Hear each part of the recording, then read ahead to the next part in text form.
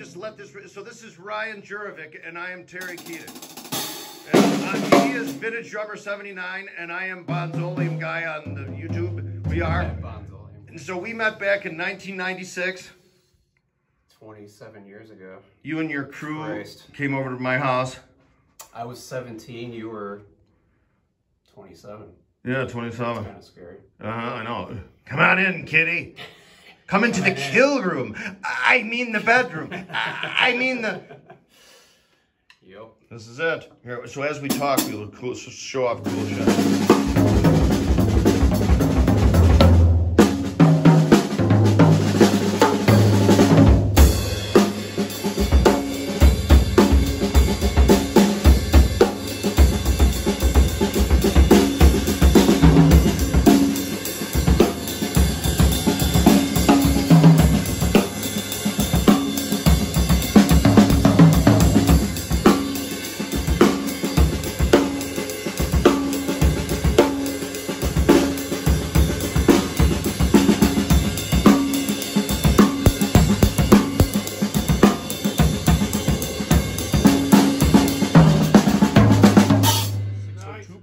This is Ryan on a...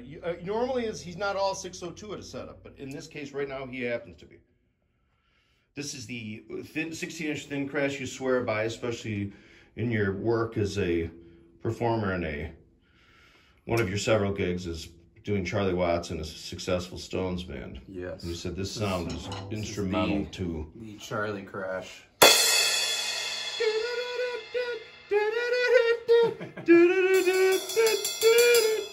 Anyway, but look at these. So these are Ryan's.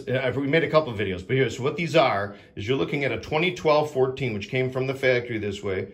Ryan got them. He is the master of procuring outlandishly valuable things at affordable prices. And then there's this 16-inch floor tom that I'm taking because all right, here's the deal. All right. He had a... All right, here, I'll shut up. You start talking. Oh, no. So, yeah, so I had a 2012 16. Yes. 20 and 12 are over there. 20 and 12 are over here. That was also a factory match kit. Yeah. 67. Yeah, those are from 67. 67. Got them for an awesome price. Couldn't say no to them. But, you know, 2012 16 is not like my favorite. Very Rogers. Yeah, very Rogers. But they sound great. But then I found these 2012, you know, downbeat kit 2012-14. Mm-hmm. And couldn't say no to those either. Now these are mine, and this drum, and the other two are going to Terry. Shamey. Yeah, that is now my drum. You know what I love are the identifying marks in tom to tom. Like when you look at the Beatles pictures, I was looking, you look at the specific patterns near the badge to be like, yeah, that's definitely the second one, or that's the... I think that's... Have you gone on Gary Astridge's website? No. It's very detailed. It's awesome. You know about Gary, right? Yes. Is he the tech? No, he's... or was he the curator for the... He's the curator, yeah. There's the Gretsch. Yeah, those are the Gretsch that I use for Rocks Off, the Stones tribute I play in. Yeah, the Rocks Off. Do you guys ever go out of town, or is it mostly Chicago metro area? You know, we've done like Iowa and so you do. Oh, so you good. You take it. You good. Too far. Well, yeah, that's beautiful. So this is the. So is this like the 1972 Charlie Watts? Yeah. So he played a Black Diamond Pearl Gretsch kit. He got him in '69. Used him on that U.S. tour, like where they did Madison Square Garden and Altamont. That whole tour. Oh, when Dudesicle had the Omega shirt on and was running around the Cape and stuff. Oh, Mick Jagger, yeah. That whole tour, like the Get Your Yayas Out tour. Yeah. And then he used them on Sticky Fingers and Exile. So the golden era is what we hear. Yeah. Okay, good. That's yes. Look at that acro. There's nothing like a frosty acro. So this is a... Holy shite. Oh, and of course, is that the 5 or the 5.5? This is a 5.5. Right, so an old spec, Beatles pre-serial, Ringo spec, pre-serial. What's the date on it? I forget. It's red, so it's probably, is it red, the stamp? Or is it black? That's so hard. I know it's 62. Oh, okay. But I don't remember the year. 1962. A marvelous year. This is a 68. Oh my God, that's mint acro. Yeah, where did you score that? I got it on Reverb, I think. It was either Reverb or eBay a while back. Oh yeah, that was the priest that didn't have any money. He was living in that box by the river. But I think he gave him $20 for it. Yeah, right. But I've had like at least a dozen like 70s, acros over the years. Yeah. And then found this one, and this is the only acro I have now. This is February 8th, 68. Oh my God. That's just like that right there is just golden era. What snare wires you got on that baby? These are the Canopus vintage wires that they're steel, right? Yeah. Yeah, I gotta get my snare wires. I've been using shit for so long. I love these. I pretty much have them on. Yeah, they might not be on this one. Okay, do you have an extra set lighter on? I could take them with my Ludwigs. I don't. I have them on my Gretsch. So I have a chrome over brass Gretsch too. Oh yeah, I forgot about that. How do you like that guy? I love it. I'm usually not really that into brass shells, but I remember it sounds great. It has more of a honk to it in a weird way, right? Like dunk, kinda. It does, yeah. I don't know if it's what's the die has. Yeah, I think it's the die cast. I remember Bill Pace and John Aldridge back in the day. Who had it? I think Bill Pace had it. They made a gold-plated version of one of those. Oh, really? That might have been engraved, too. And I remember either Pace had it and Aldridge wanted it, or Aldridge had it and Pace wanted it. I just remember that from, like, 1995. Yeah. It was like whose Schweiz is bigger. But, yeah, that's the stuff. It is. Oh, yeah, and so I played in another band called the Heavy Sounds. Yes, the Heavy Sounds. Which is all, like, instrumental. Well, it started out as, like, instrumental soul, jazz, funk stuff, which we still do. But we also back up. Right.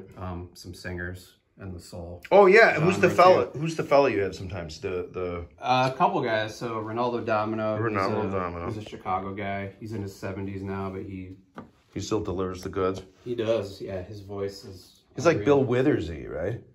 Power wise. I would compare him most to Smokey Robinson. No shit.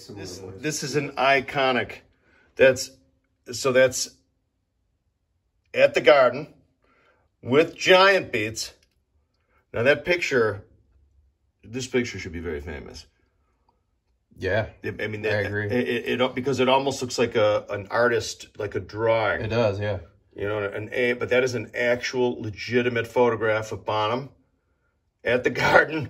I can't remember if it was it 71 or 72. I don't remember.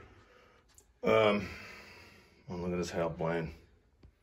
Yeah, he's playing a double bass blue sparkle kit there. God, look at him there, man. That's all like Rat Pack. And this is actually an original like promo shot. Oh, really? Which I don't remember where I got that, but you don't really see them too often. Yeah, look at Ringo. Looks like my nephew. And it's crazy. That's a downbeat. Like for the bass drum look, just because of the angle of the shot, it looks like a 22 to me. Yeah, there were some. I remember there were some Gretsch kits. I think back in the day, there were 8-lug 22s, and it kind of looks. Oh yeah, is that Tony Williams? No, that's Zigaboo Modalise from the Raiders. Yeah. Oh my God, I'm such a skull. Friend of mine made that. Really? Yeah, it's a print of a collage that he made.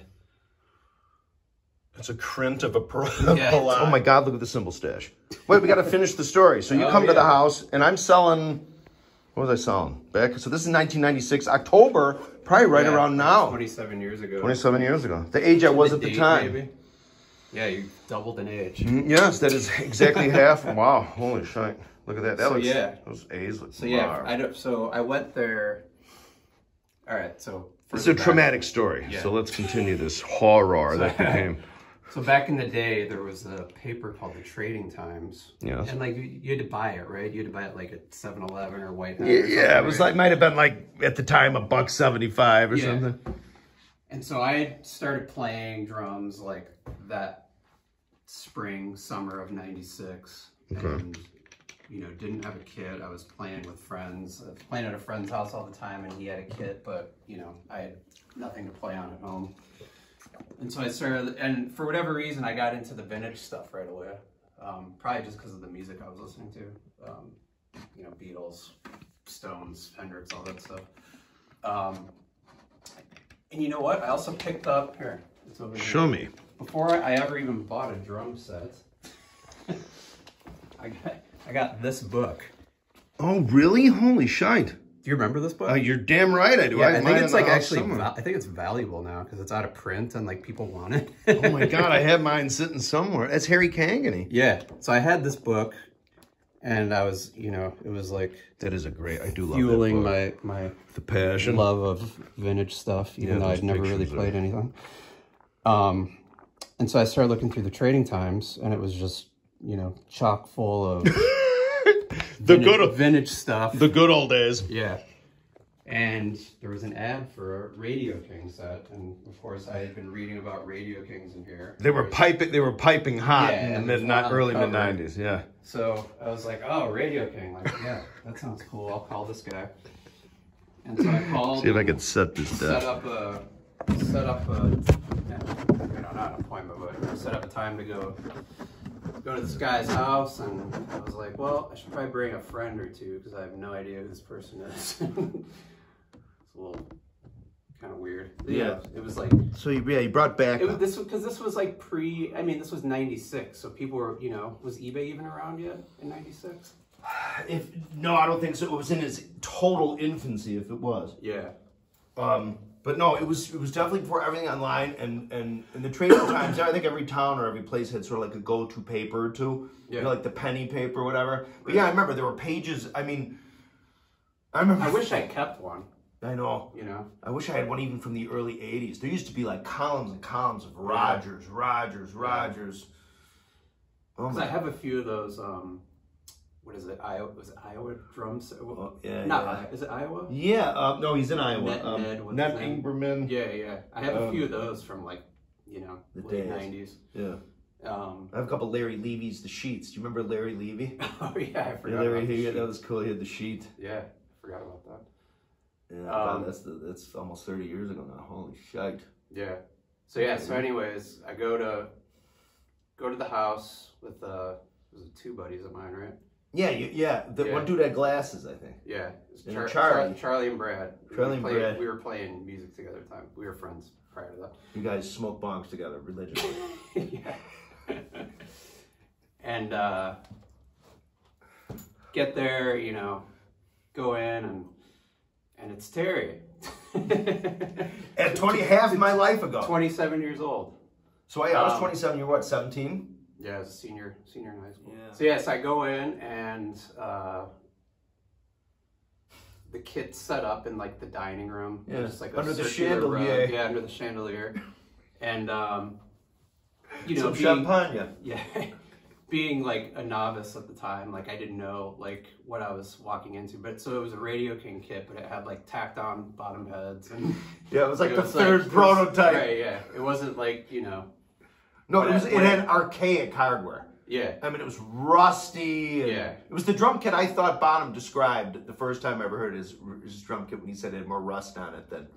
Right. And it was a Duco, wasn't it? Or was it a finish? It was painted on. It was painted, yeah. It was that finish that looked like green icy water. It looked like icebergs floating in green water. In my head, it's blue.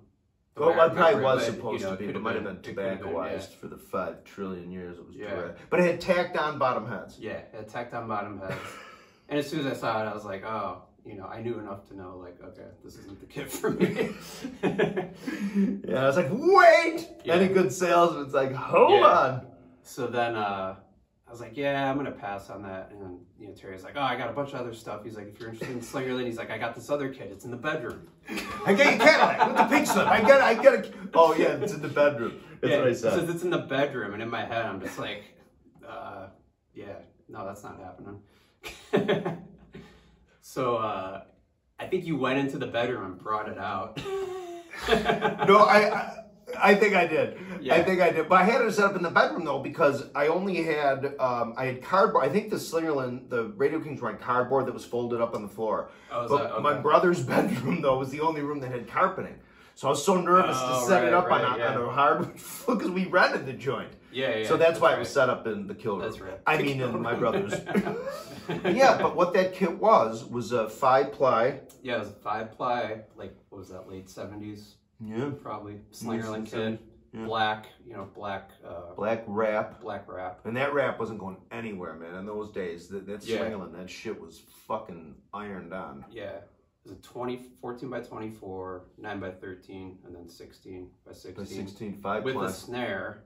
Yeah. A matching snare. Oh, I had that with it. Yeah. Yeah, I got that. It didn't come with it. I got that at a drum show later. Okay. Yeah, I traded it. What's that strainer called? The TDR. Oh, really? I think so. Like that big black handle. Yeah, it was. But it actually didn't. Did you like it for a little while? I didn't know any better. It was like I didn't really know. You know where that kit was bought? Oh, right. Yeah. At So yeah. So that kit. So I ended up buying that Slingerland kit, 24, 13, 16 with the 6.5 snare. Mm-hmm. But so yeah, the 3 drums. Those were bought at. I mean, it's not called Ray's Music Exchange, but it's that. It was that shop. Pawn shop. It was the exterior shop from Blues Brothers. It was a pawn shop. That was on, I think it's 47th and Stadish, maybe a little. Is it still there? Do you know? The building, I think, is still there because I looked it up on Google to see if you could. There's a mural on it and stuff now. Yeah. But yeah, so I remember buying that kit, and it was a pawn shop I used to go down. That was a really bad neighborhood, and I'd go down there. I only knew about it because in 1990 I was driving a truck for an asbestos abatement firm. So I used to be down the steel mills where I kind of used to be down in there. It was like IIT and some other places they were doing, and I just remember seeing these shops. So I go there like the minute they opened on like a Tuesday at like 11:15. Run in there, park real close. I remember one time I got at that same store there was a hi-hat clutch that had like 14 cymbals on it, and it was weird because he had like just like a display type thing. Well, no, it was somebody's hi-hat clutch. Probably swiped from a gig. It was how they stored. That's how they stored all their cymbals, just on a clutch, and they probably used a rope to carry it. Yeah. But he had like 3, like there was a 20-inch Zildjian rock ride and a 20-inch something. He wanted like $200 a piece for those. I'm like, what do you want for this stack of cymbals? He's like, give me $150. I'm like, okay. Oh wait, wasn't there a K in there? There was a 16-inch or an 18-inch, 16 I think, old K, uncracked old K. Wow. As well as I remember there was an original Rude Splash, like an 8 or 10. I remember, there were some good cymbals in there. Wow. A couple Zildjians. That's awesome. It's weird. But anyway, so that's where I got that drum kit. So I went in there, and it was the 24 by 14, 9 by 13, 60 by 16. Brought back to the house. I played it for a while because I had it. It was a kit I was playing in the basement for a while. Oh, okay. So when I lived there, I had. Where did I get the Octoplus? Do you remember the Octoplus? Like the blue yeah. I do remember that actually. Okay. Yeah. What happened was when I first moved in there, I played a 22, 13, 16 Sky Blue that I got from Josephina Lange, that lady. Oh, right. And that had the 602, that burnished 602, like a 6. I don't remember that. I remember that kit. Oh, it had like 15-inch paper thin A hats from like the 50s. I don't know whatever I did with those. And then, but yeah, and it was a 22, and I sold that to Blair and Drums, and he sold that to the guy in Oasis. Oh, that's right. That kit. That's the right. 22, 13, 16. It was a great kit. It was like it was one original everything. Yeah. But then what I did was after I sold that, I set those up. So yeah, so after I bought that Slingerland kit, like we kind of became buds, and I kept coming back to buy stuff. Come on back, kid. You know where to get your drums from. This snare, this Supra. That's for me? This is from you. Oh, wait, is that the one that I got from the kit we were talking about before? The Sky Blue 2012 Oh, that's right, yeah. My God, I got destroyed by UPS. This is the drum, yeah. Oh my God, I bought this in like probably a year later. Yeah. 97. It still looks fucking brand new. Pardon my friend. It still looks brand new. These hats I got from you, these 15 The 15 new beats. You know what's crazy about this one though? There's no stamp on it. Really? But I know that happened. Oh yeah, no. At times. Yeah. I didn't even realize it until years later because I was looking for it. I was like, "There's no stamp on this symbol at all." You know what's fun? Let me look at it for a little while because sometimes you'll see a very lightly faded. You're gonna find it, and No. Well, no, I have an advantage right now. For like 20 years. No. I have an advantage right now. Just the light. If you can sometimes.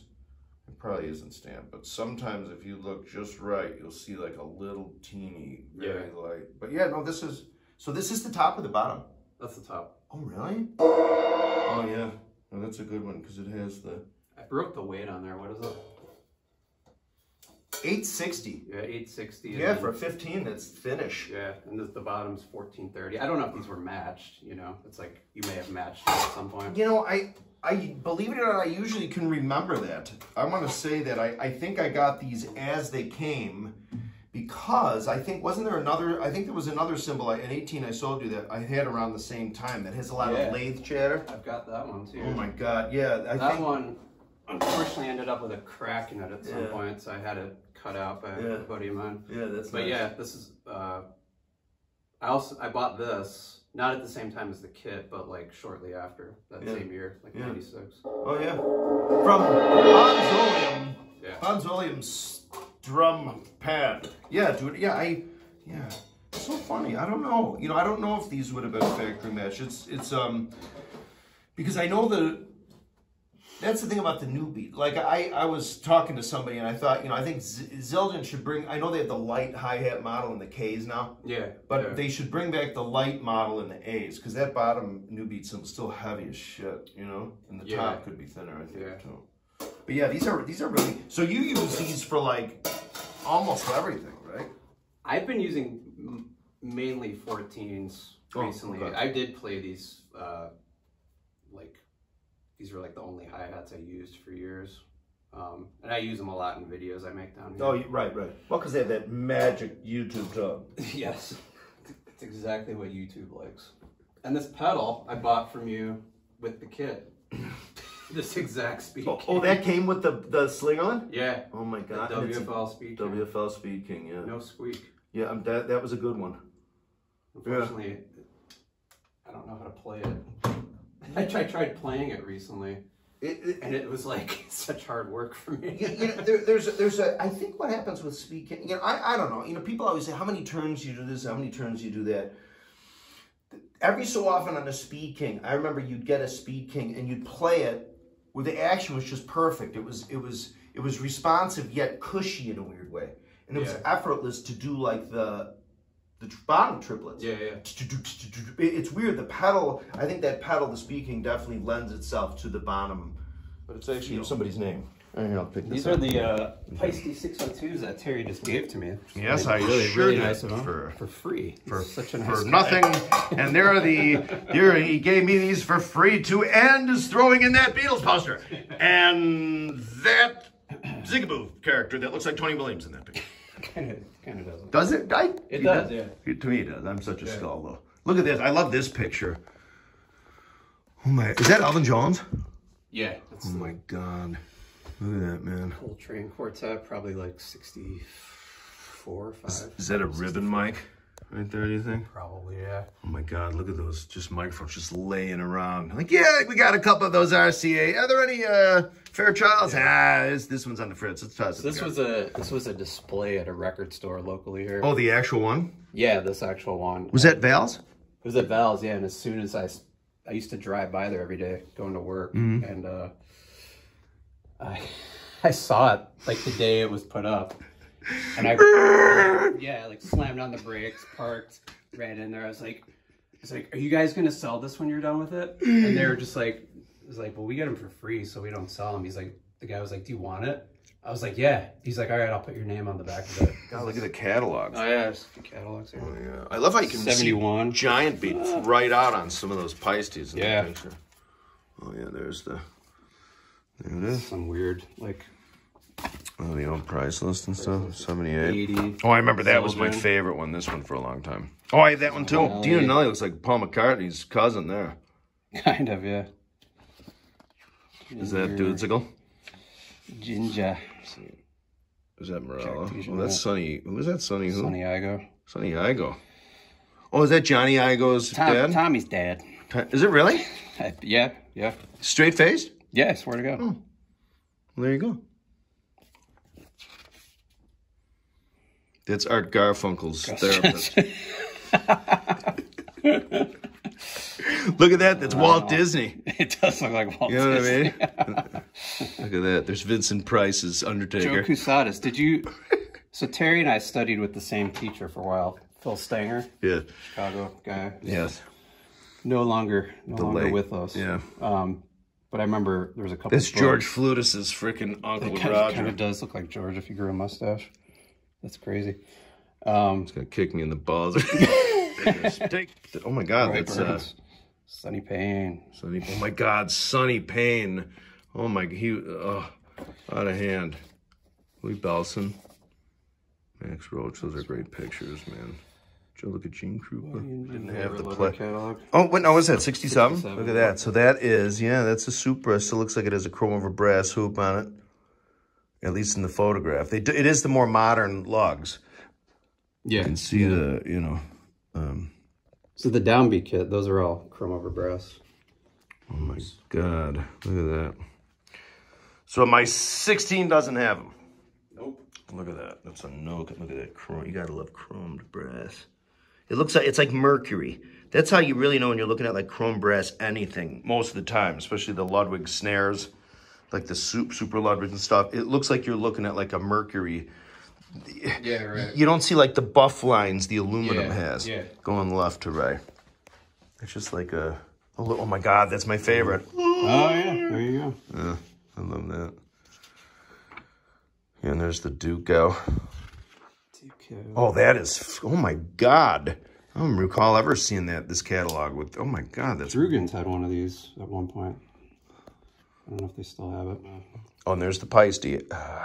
Peisty Formula 6. So who do we have? Who are the people they say? So Joe Morello. Yes. Ed Thigpen. Thigpen. Oh, Bob Yeager. I didn't know he was an endorser or anything. Joe Schlabotnik. Irv Kotler, Milt Holland. Sandy Nelson, Bobby Christian. Roy Haynes. Roy Haynes, yeah. Oh, there's a bunch of names here, too. Yeah. Hal Blaine, Earl Palmer. John Guerin, wow. I love that picture. Oh, you gave me this. Cool. You gave me a picture that looks like that. Yeah, it was. Wasn't it for Giant Beat though? Yeah, yeah. They had the same. Yeah, yeah. Look at that. The Stenople. They have the. Look at that. Brilliant sound. Look at that. This is when they just did thin, medium, heavy, and then they did thin crash, medium ride. That's even so. That's even before they added paper thin and. Right. Yeah. I found one of these bottles on eBay. I forget what I paid for it. It wasn't like very much. And a good friend of mine who works for Ludwig was he collects a lot of this stuff, and that was something that he didn't have. Right. And I told him I got it, and he was like, "What?" He was like, "I've been looking for that for like, years." He's like, "You found one on eBay?" He's like, "How did I miss it?" And so I was like, I just bought it because it's a cool can. Like, I was like, if it's that important to you, like, you can have it. So for $5,000. I just gave it to him because we were working together at the time. So. This is the American League colors, and the other ones are like National League. This kneeling before the single six. I've always kind of wanted one of these just because they're so cool looking. And I've had one of these before. Have you? Yeah. So I didn't know this until a few years ago. John Densmore, when the Doors played at Isle of Wight, he was playing a single six kit. What finish? It's hard to tell because it was really dark. I feel like it was way ahead of its time. Yeah. Look at that. I feel like it was what is it? The blue Strata, maybe. This is so classic Ryan. Look at that. Stax Records. Freaking The Band. The Band. It's so funny, some of the pictures of Levon Helm, when you see him a little later in the 80s, he looks like a totally different guy, like without the beard and stuff. Beard, yeah. Plus his hair was like, straighter and like kind of combed down. He just had a very different look. He also, kind of aged pretty quickly. Yeah, those guys, well, they were, kicking ass and taking names in the late 50s even, right? Weren't those guys doing it before even like, look at this, dude. This it's not often you see of the bottom Buddy Rich Gene Krupa configuration in black Oyster. So except 20, 12, 14, 16. It is so neat though. And it is so neat seeing when you see the 14, 14, the 16, 16, the extra couple inches. 2 extra inches mean a lot. And here we go. So look at that though. Isn't that just crazy?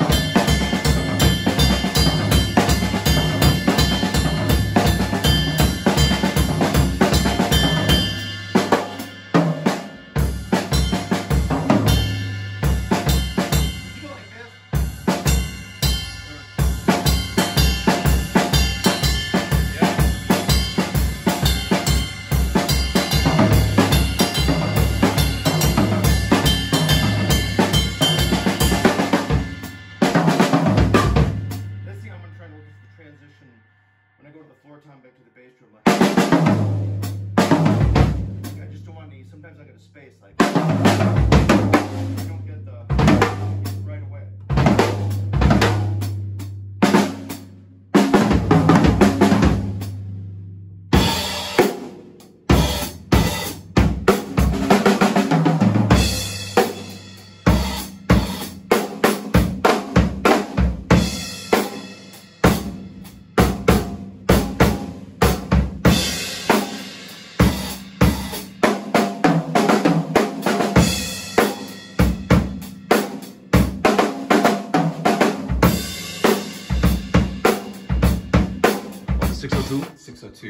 Got this from George. King George. George Flutist. Of PFO Zetum. And I use this, so these two cymbals I use in the Stones tribute. Which is called Rocks Off. Every show.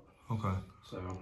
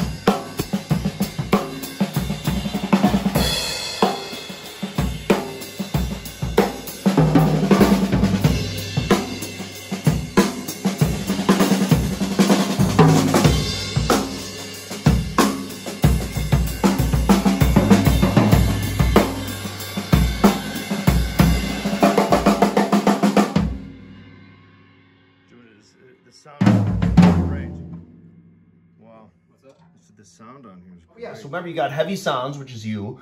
You also got rocks off. So heavy sounds, remember the heavy sounds, right? Rocks off, R-O-C-K-S-O-F-F. It's, yeah, there it is. It's not rocks off like R-O-X-O-V.